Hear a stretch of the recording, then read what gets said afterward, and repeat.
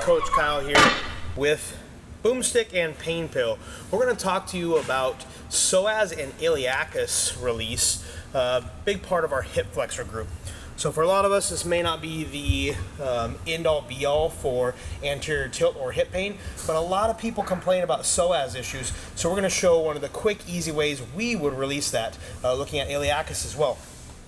So when we do get into Psoas, demonstrate here with Boomstick, we're going to come right off the belly button in between there and bony landmark.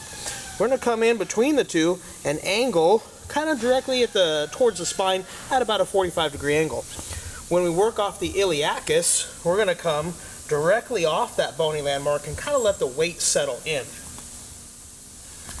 Good place to start if you have the two, especially if you're dealing with some pain, would be the lighter of the two. Regardless which implement you're using, if you're real tight and in pain, if you have any back pain, it might be a little bit easier supporting your hips here. You also might have to let this just settle in a little bit.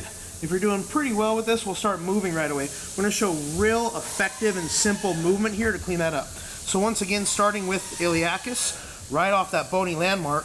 Once I get that established, I'm going to pull my knee up towards my hand and reach with my heel towards the wall. My foot could slide or it could come up, doesn't much matter to me. When I find extension, I'm really trying to lengthen that whole leg. Do a couple reps here. Internal and external rotation. I can keep the leg straight, internally and externally rotate.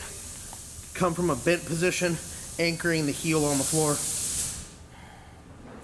Circles are another one we're a fan of. Just gonna save time, be effective, and combine the two.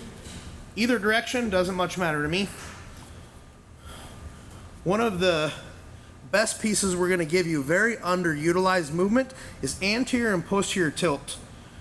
Because of where these muscles attach at through the spine here, coming down on the legs, if they're very tight, they're going to help hold you into this anterior tilt. So if we can release those or add some movement in with that anterior and posterior tilt, it will really help take care of musculature.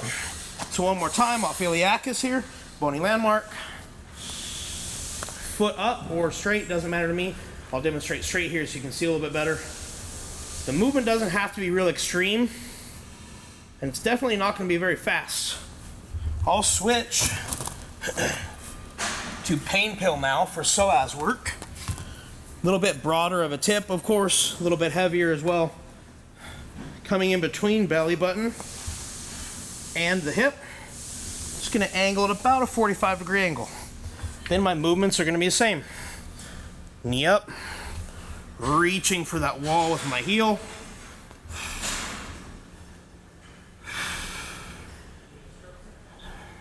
Internal, external rotation from a straight leg or alleviating some pressure from a bent leg. If I wanted to combine the two to save time, circles, either direction would be fine with me. And then anterior and posterior tilt.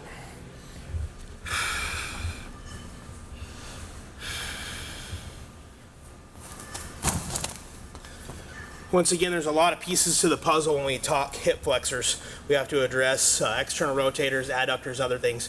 But it's really common we hear, I have a tight psoas. We have psoas problems. This is a very quick and effective way, if that is one of your nagging areas, to get some relief on it.